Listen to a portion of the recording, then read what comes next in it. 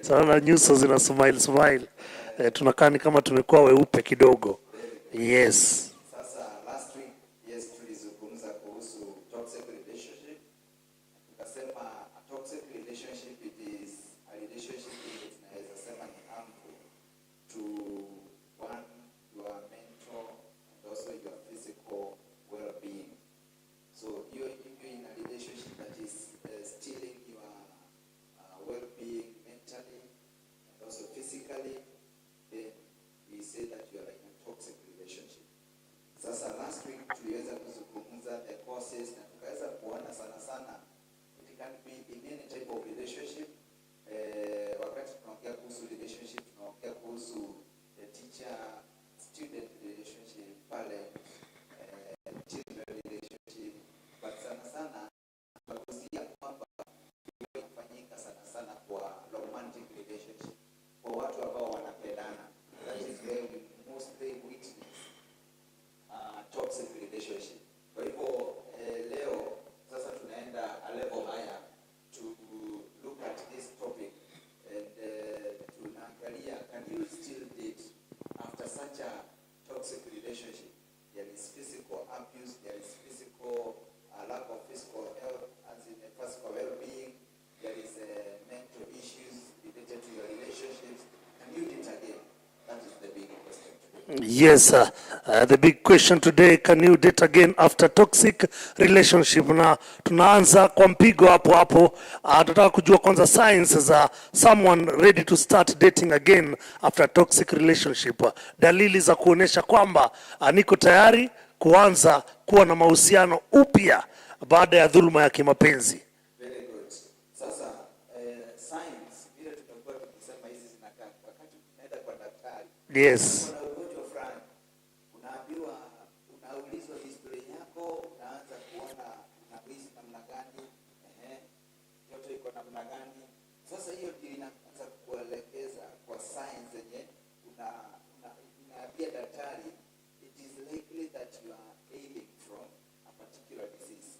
Sasa signs ya kwamba you can date again after toxic relationship it includes, first of all, you are settling mentally, because in a toxic relationship we say one of the big issues is mental health issues, depression, withdrawal from people. But now when we start seeing you have already healed, you are healing from that, you are able to settle mentally, you are starting getting your social circle back to your social circle, you are starting relating with the people once again the way you are relating, then mentally you are becoming healthier and healthier. So that is one sign. The sign number two is when you are more confident with what you are doing. For instance, when you are in a toxic relationship, we have been seeing that somebody is not even confident with what they want to do. When they see, for example, a lady seeing a man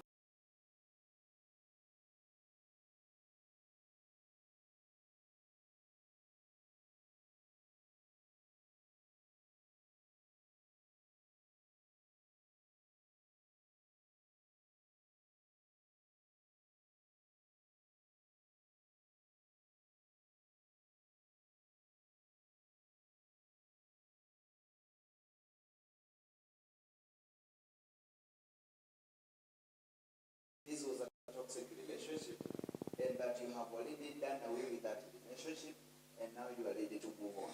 When you have accepted that that was a relationship that could not work and now you are here and you are accepting that you can move on and it was, you have relieved yourself out of the burden and the ties that were binding you, then these are signs that you are ready to move on.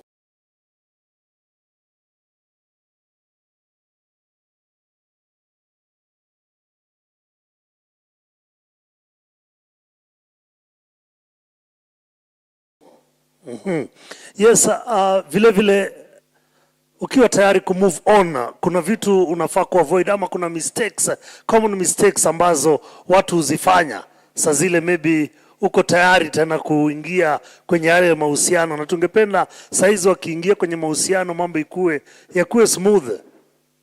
Yes. Ni mistakes gani hizo tunafaa kuepukana nazo? Yeah, definitely there are very, very pertinent mistakes that one can get into.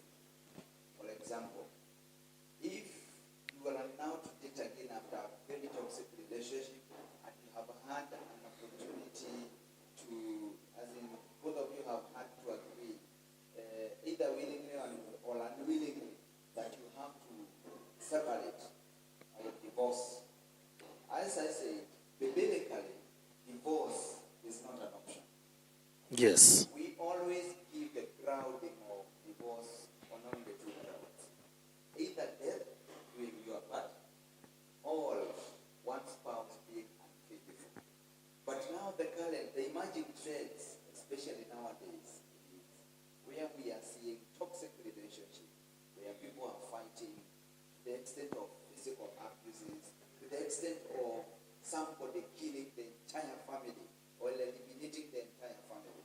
So save now for those things.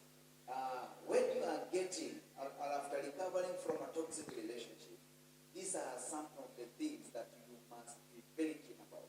Number one, you must be very keen to ensure that you are very careful. And I think, let me use, be very meticulous in approaching another relationship.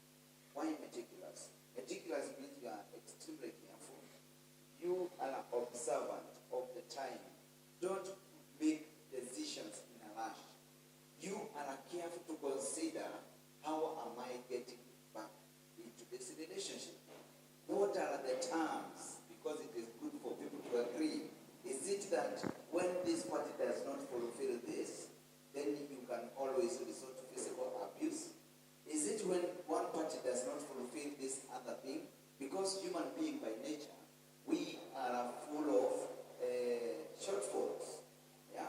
The man fell actually short of the glory of God. And that is why the man and the women were chosen from the Garden of Eden. So for that reason, it is good to understand that you need to know that that person that you are going to is not an angel. They cannot be an angel. Neither can you convert them to be one. Therefore, getting back to that relationship or to another relationship, you need to be extremely careful. Take your time, consider all the factors, and carefully consider the journey back to a relationship.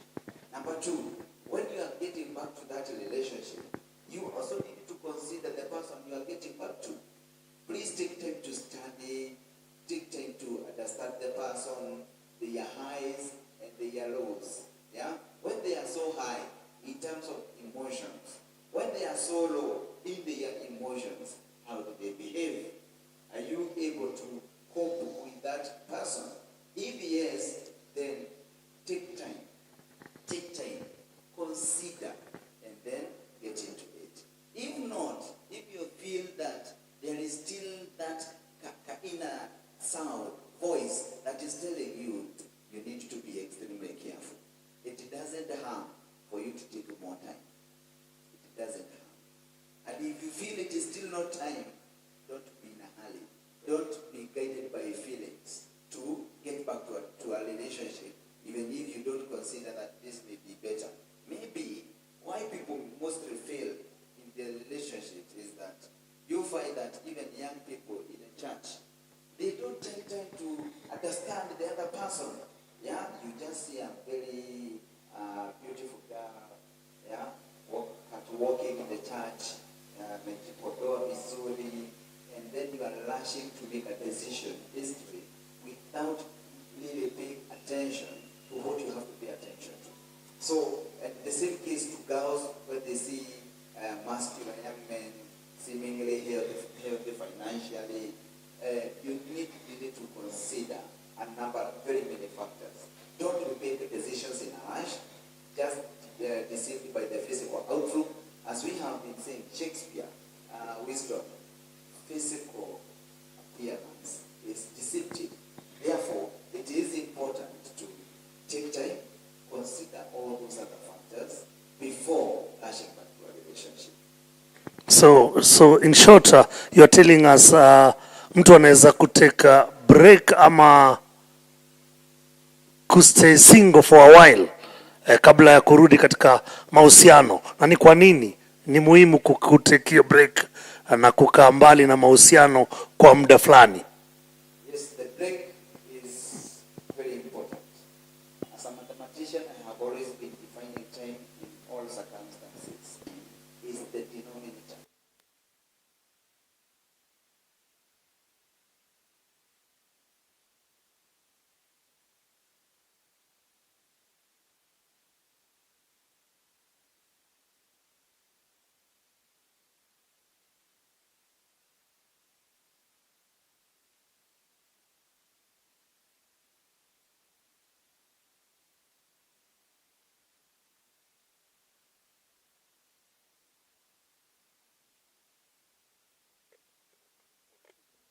In your emotions, that will help you to heal.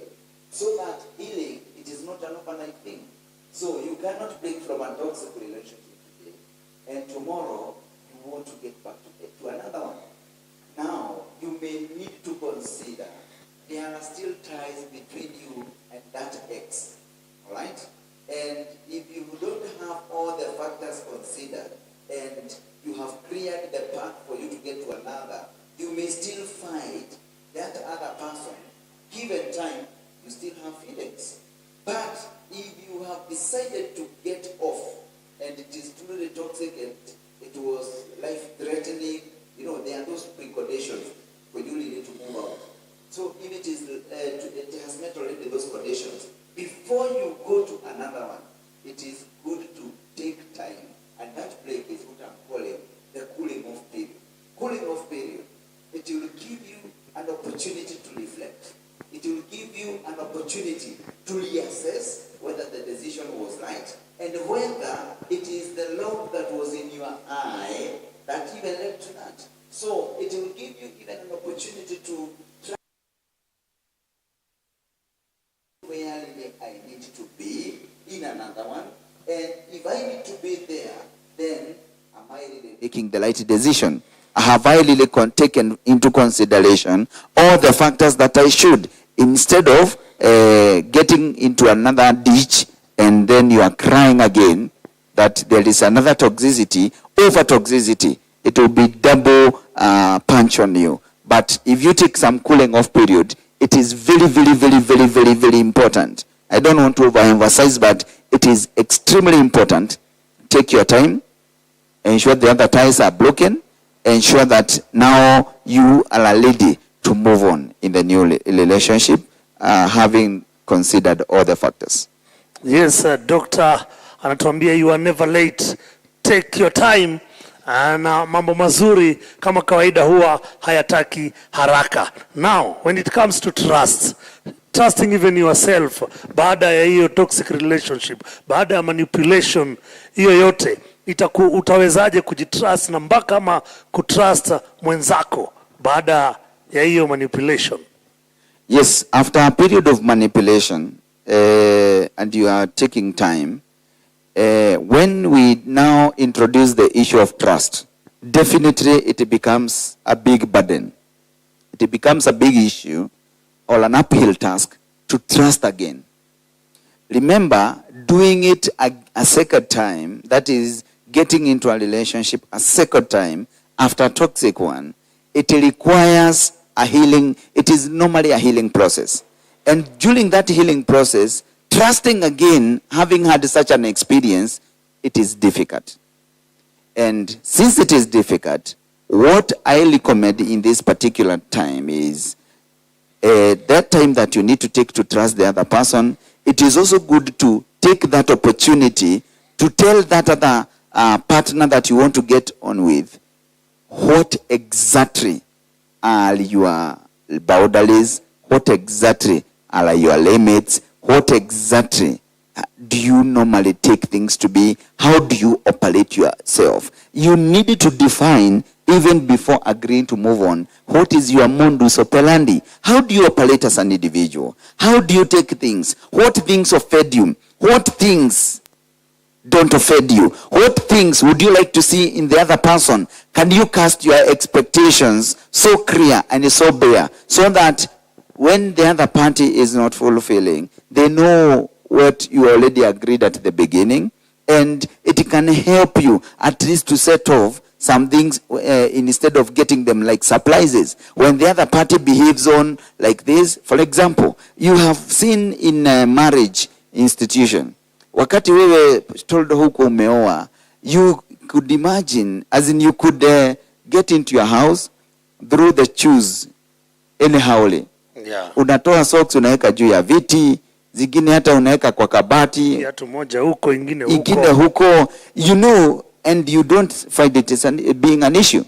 Sasa wait until you get married and you are doing the same thing. You cannot continue doing that because the other, you may offend the other party. Mara ya kwanza amechukua hata haja kuogelesha, amekuwekea mahali inafaa. The second time the same. The third time it may not be the same story. It is the same case now in a toxic relationship.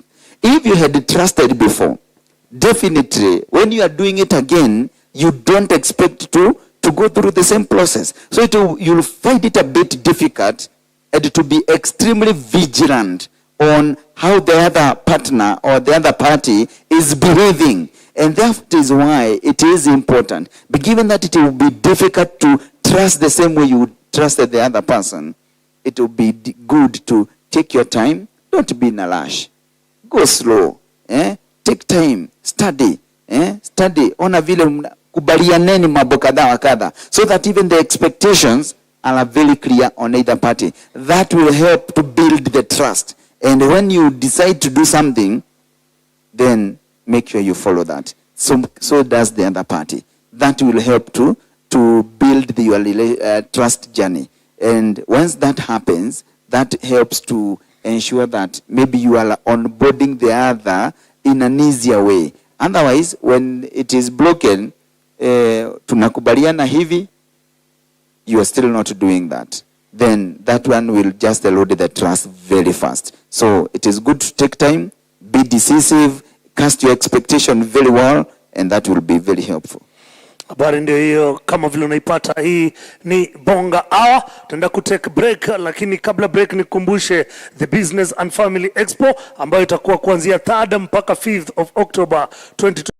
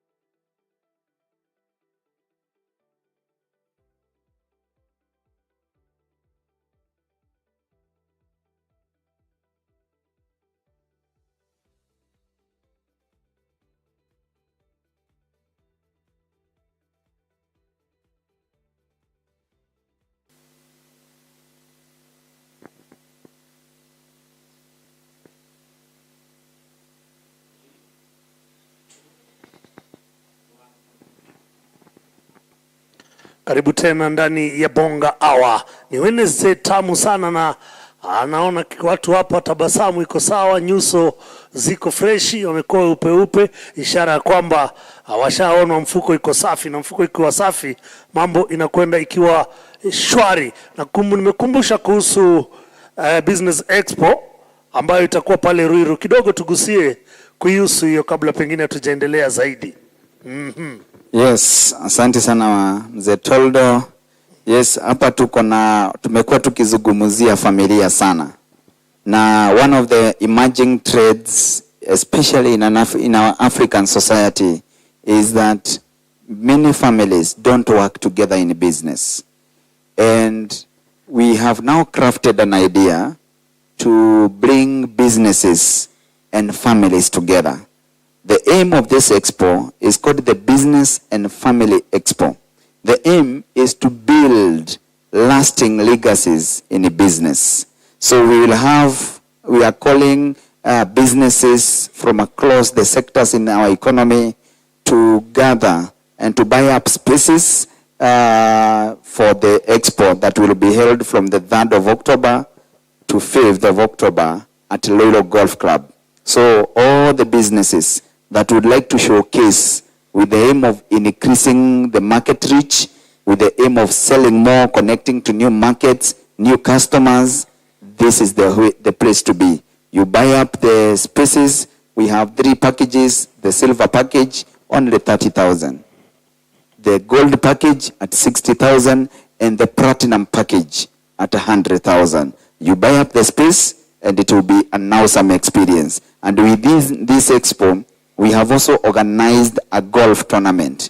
So if you are a golfer and or you wish to be a golfer, this is the place to be. We'll have a golf tournament, and then as we exhibit what we sell the best.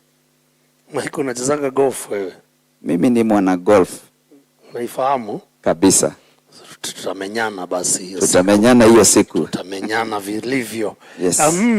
Karibu tena ndani ya topic yetu ni kuhusu unaweza kudate tena baada ya toxic relationship, na pia tunaangalia mambo ambayo unafaa kuyafikiria unapokuwa unarudi katika mahusiano. Dr. Mike, kuna attachment inaweza kuinfluence maybe relationship yako ile ambayo utakuwa ukifuata, na unafaa kuchunganaje na attachment baada ya kutoka kwa toxic relationship? Yes, this is a very, very, very critical thing, because I want to start this by a way of example. I have seen a couple that have separated after a very severe physical abuse of the lady. The man was abusing the lady in front of the children, physically, like literally beating up the lady. And every other time you could see the lady's face is somehow disfigured out of the physical abuses by the husband. And this was in front of discipline. Yeah, discipline, but I think even as we continue discussing this thing, we need to know some of these things are not discipline. It is not a discipline, it cannot be discipline, it cannot be called discipline. Discipline iko na limit. Discipline iko na limit. Na wakati hata ati ni kuchapa mwenzako, ni mtu mzima kama wewe. Ni mtu mzima kama wewe. This is backwardness. This is backwardness. I don't know the best term to describe it, but this is backward. And as a man, I cannot truly lean over my wife. It is really long. It is really long. And you know, the one I am giving an example of, it was in front of children who are below 6 years of age. Can you imagine a child of below 6 years of age witnessing physical abuses to the mother? And it is beating up like a child, shouting, calling names. This is really long. So now I saw such a couple, and they had to separate. And everybody in their family agreed that our girl needed to come out of that toxic relationship.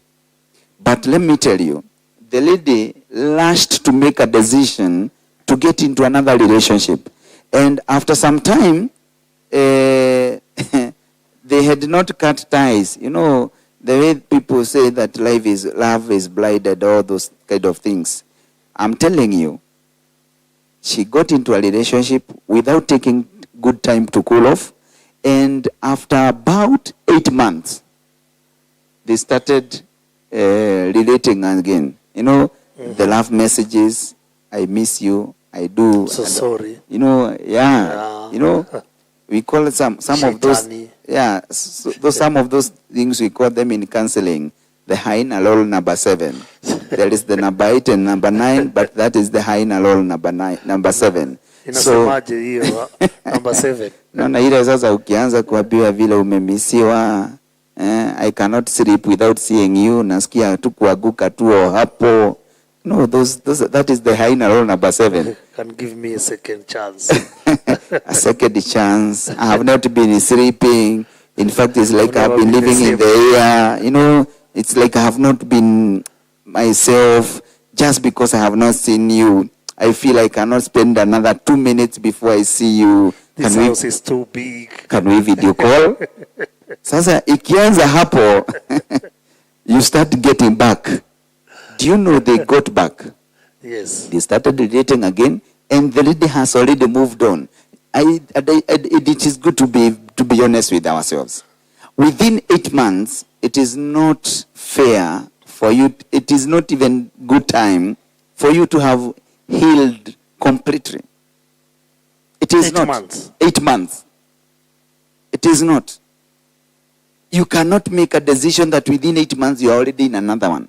Unafaa take time gani kuheal? My recommendations, it is don't even take 1 year. Take minimum of 3 years on the lowest. Because that should give you an opportunity to reflect and reflect well. It is not an issue to do with emotional feelings. It's not about how you feel. But you need to know that there is whenever you are already in such a relationship and you have had kids, there is already a very solid attachment. And it is attachment by blood. It is attachment by covenant. So when you are now saying that you are taking only a month to break such a thing, it is not it.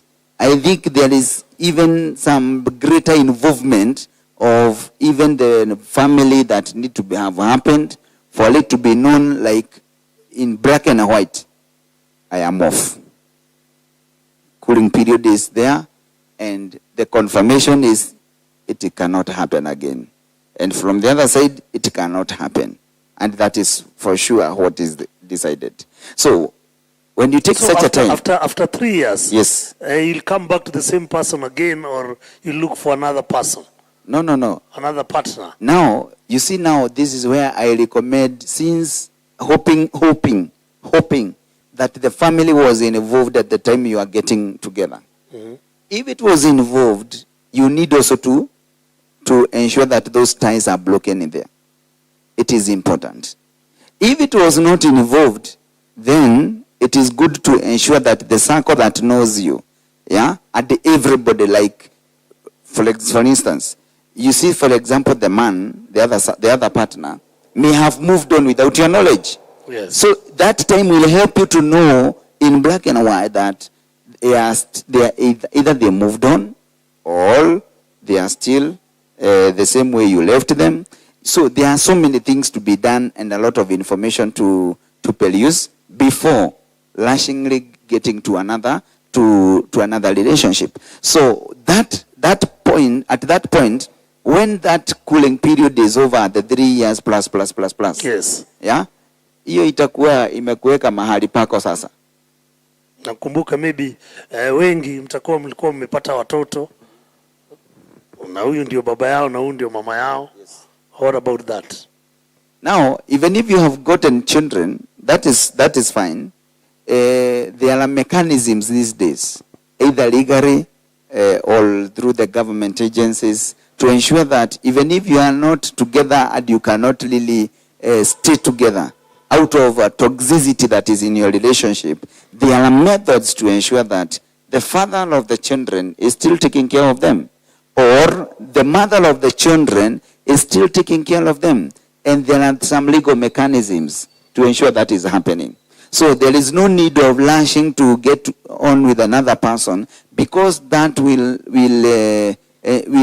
try to make this journey difficult. When you are trying to get the other party to support children that you have born together. I understand, but nilikuwa nauliza hivi, bila hizo vitu zote hawa watoto hawezi fanya mkarudi pamoja kwa sababu ya watoto. Sema tumerudi, hawa watoto ndio wametushikanisha tena. It is play a role. Yes, the children are actually the body between the two of you when they come, but you need to realize that children are not the cause as to why you came together. Let me answer also by way of a question. Have you not seen couples, a husband and wife, they have stayed even 20 years and they have tried all the methods, they have never gotten children? Wako. So what keeps these people together? Now, you need to realize that even by the time you are coming together with a wife, it is not guaranteed that you must get children.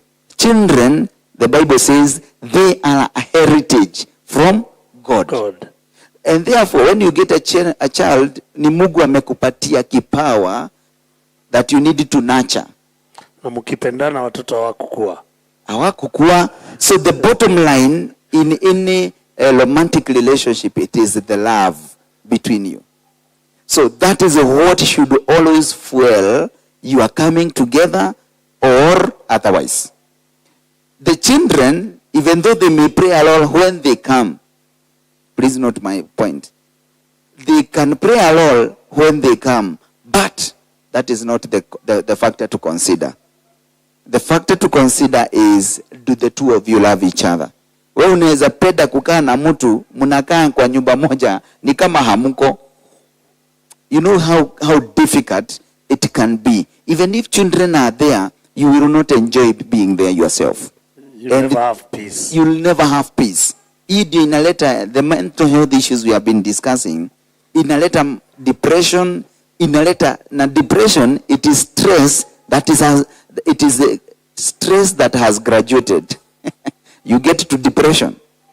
And when you are getting there, huyo mtu, I'm telling you, they can do anything. Hata hawa watoto wenyewe wanaweza wa katakata. Have you not seen relationship where mzee ama mama anakuja na katakata watoto kama sukuma wiki? So to avoid getting there, the two of you, love is the bottom line. Do you still love each other? If yes, make sure you don't move to another one before you settle accounts with the others.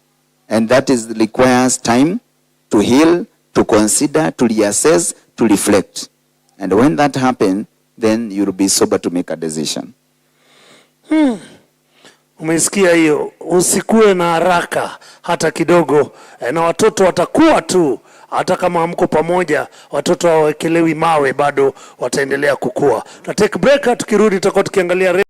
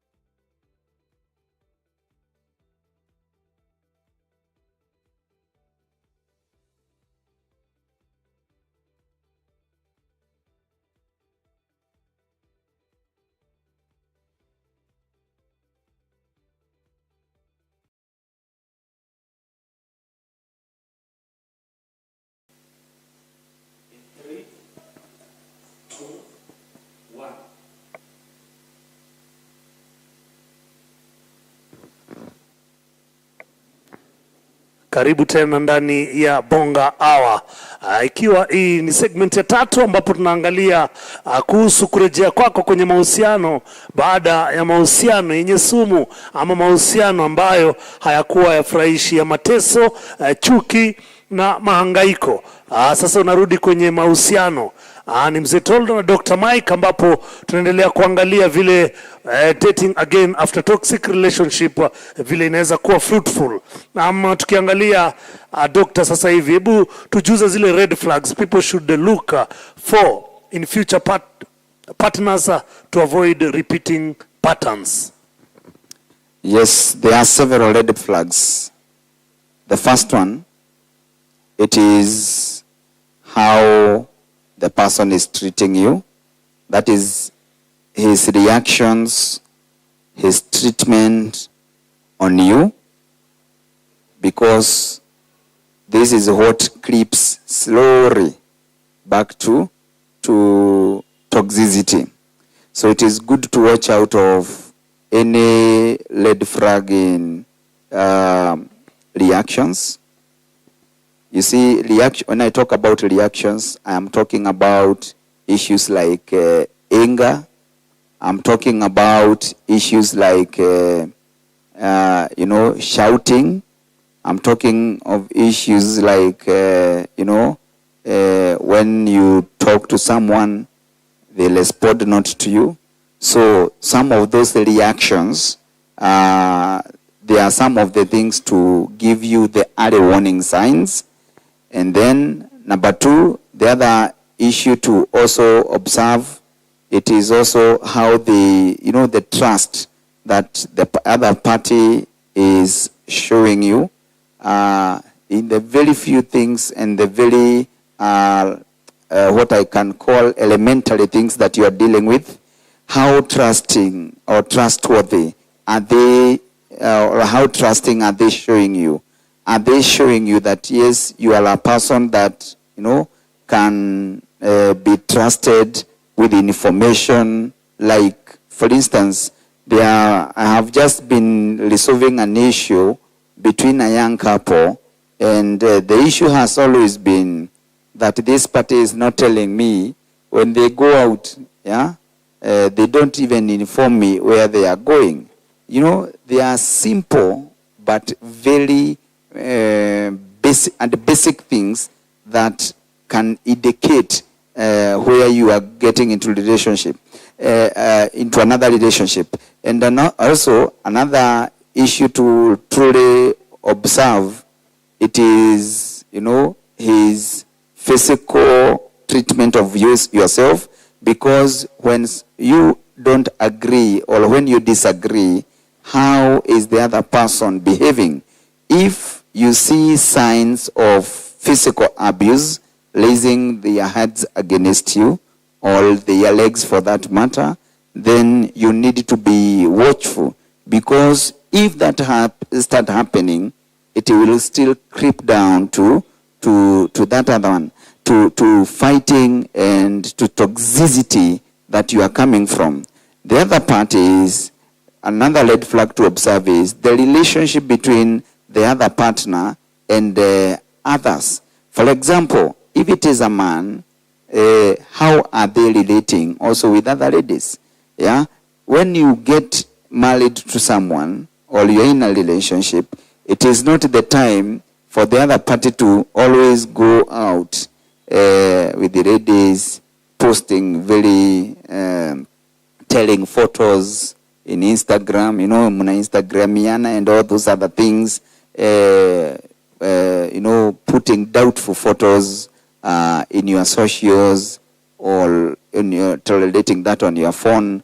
The other part is also how relating, especially during when you are already in a relationship. Another red flag to observe is, the timing, even how when you relate with the other, especially people of opposite gender. And when you look at, for example, when you are relating with the girls when you are not married, you'll talk any time of the night. Suppose now you get into another relationship and they are video calling each other at midnight. what will you take of that? So some of those are red flags to really look at, so that you don't creep back to the where you have come from. The other part is also look at even the time when you go out. For example, either you are at work, you are out for shopping, you are, those kind of times. Is the person willing also to accompany you? Is it that are you seeing the will, and the desire that you spend time together? If you don't see some of those signs, and if you see the opposite of that, then you need to start taking precaution as early as possible. And when we are talking about this toldo, getting into a relationship, I have always been clear whenever we are touching on any angle relating to romantic relationship, we are dealing with a man or people of opposite gender. We are not talking about the LGBTQ. If you are now talking about such being a toxic relationship, in fact, before even you started it, you needed to have left before you started it. So it is that serious. We are only dealing with the straight people. Let's call them the straight people. Yeah. The man or the people of opposite gender relationship. Maybe pia ungetuguzia green lights nazo ni gani?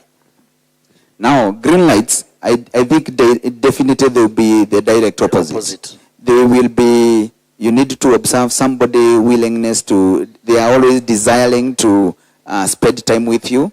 They are always desiring to treat you well. There is no crew or or they always abhorrent about physically abusing the other party.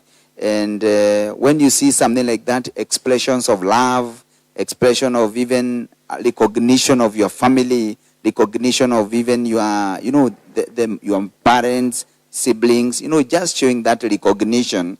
Yourself, your children, if they are there, and your parents. Those are some of the things green lights to show you that really I'm on the right path. And also look at the time how they relate with other people. They need to be cautious, and they should be quick to tell them, now I have someone that I'm relating with. Therefore, there are some boundaries that I cannot cross. So when you see some of those are green lights that now you are getting into the right path. Yes, na ukiingia kwenye mahusiano mapya, when you are umepata new partner, is it necessary kuwaeleza kuhusu zile trauma ulikuwa unapitia na manipulations zile ulikuwa unapitia, na utamuelezea vipi kwa njia gani? Yes, it is very important for you to be very frank and be very honest with what experience umekuwa nayo. Hizo matrauma kama imekuwa hata kama ni ya physical abuses, kutusiwa, kukejeliwa, kudhalauliwa, kufanywa, all those things, ni vizuri kueleza the other partner ili anajua mahali mnaanzana, na pia yeye aweze make decision, yani imekuwa maamuzi yake kwamba mimi ninataka kuchukua vile uko. When you hide and when you disguise, wakati unafuga ama unaficha mambo zingine, akigundua baadaye inaweza kuwa sababu ya kuanza kuleta mtafaruku katika uhusiano wenu. Kwa hivyo ni muhimu zaidi kuweza kueleza the other party kinagaubaga ni vipi umekuwa katika relationship, na kama umekuwa ni nini imefanya muachane. Ni vizuri kukua wazi kwa mwenzako ili hiyo isilete mtafaruku baadaye. Umuhimu wa guidance and counseling katika mahusiano mpya ama ukielekea katika mahusiano mapya. Yes, especially looking from the angle of coming from a toxic relationship, ni muhimu kupata watu, and here I always say responsible people. And because responsible people may be relative to some people, it is good to get people of the right stature in the society or in the community where you are living, ili waweze kuwaongoza ni vipi mtaweza kuendeleza mambo yenu. Na kitu muhimu especially wakati kuingia katika mahusiano mapya ni kukuwa na an accountability partner, mtu ambaye anaweza kukuhold responsible ya vile mnaendelea katika relationship. Ni watu pia mnaweza, and this should be a couple, live not necessarily an individual. It can be an individual of a person who is responsible in a community or in a society, or it can be a couple where you are always meeting and sharing how are you moving on in your relationship. If there is something that is not working, you can ask for guidance from such a couple, and this should be always somebody senior to you, not somebody of your age or somebody younger than you. It doesn't really make a lot of sense. Unaanza kwenda kutafuta at an accountability partner from somebody very younger than you, yeah, because unaweza, kuna possibility ya kumdhalau, ama unaona tu hii ni utoto tu ananiambia. Sasa ama age mate, ni vizuri kuchukua mtu ambaye you can respect, somebody of stature in the community where you are going. Hiyo ndio itakusaidia kuweza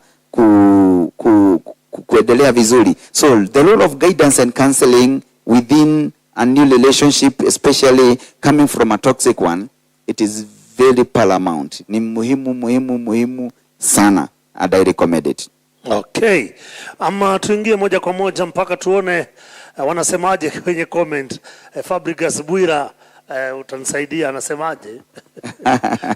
Hii ni Kifaransa na anasema nafurahia na anafuatilia akiwa pale Kalatina Town. Kwa nataka uisome tusikie. Je vous capte de bus. Oh. Nasi tunasema merci beaucoup. Thank you very much. Merci. Yeah. MC Santos Odhiambo, following and listening from CBD Nairobi. Asante sana. Richard Morage, great work sir.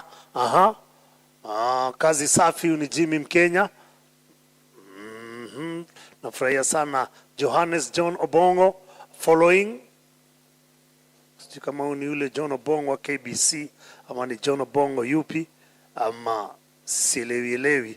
Yes, sijui kama uko na more comments kwa simu. Ninaona watu wengi wanasema wanatufuata katika mitandao. Nikiangalia tuko na following kutoka kule, naona watu wa Nyeri wengi wanatufuatilia pale.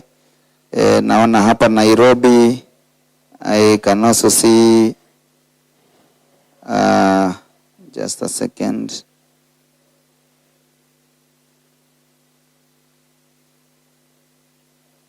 Yes, kuna rafiki yangu kutoka hapa Kiambu. Naona wote wanatufuatilia katika mitandao tofauti, page ya Michael, Dr. Mike na pia ya MTS. Watu wanasema kazi safi hii, na tunashukuru sana kwa kutufuatilia. Habari ndio hiyo, kama vile umetupata, imekuwa fiti, imekuwa fresh, imekuwa safi sana. So tutaendelea kila Wednesday kwa mazungumzo kama haya, na pia nilikuambia kana na comment kama kuna kitu ungependa pia sisi tuiongelee, ungependa kitu ambapo maybe unahusika ama umekiona mahali ama unafikiria kwamba kinaweza saidia, feel free ku engage na sisi kupitia mitandao. Kuhusu expo, kabla tujatoka tukumbushe. Yes, we have the Business and Family Expo that will be happening at Loilo Golf Club from the Friday 3rd of October to Sunday 5th of October. Hapa tunatarajia familia, all families that care about business, they need to come to this expo. All businesses that care about families and they sell their products to families and to the general public, they are all welcome. During this time, it will be a very rare opportunity in Kenya.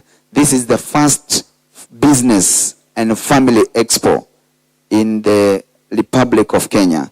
And therefore, I invite all the businesses that are watching us to buy up spaces. I'm inviting all families to attend and get to learn the different businesses, and the aim is to build lasting legacies. As families, we'll have Sunday being a family fun day, where kids will have a very unique activity we are calling the Kids Business Parliament. Watoto wanaweze kuketi na waweze kuzungumza maneno ya biashara. And now as couples and as families, we will also have somebody who will be speaking, a resource person speaking on matters regarding business and family, and it will be the ultimate head of that expo. So we welcome all companies to buy up spaces. The numbers are on your screen, and we meet at Loro Golf Club on 3rd all the way to 5th of October 2025. Asante sana, imekuwa freshi, imekuwa safi.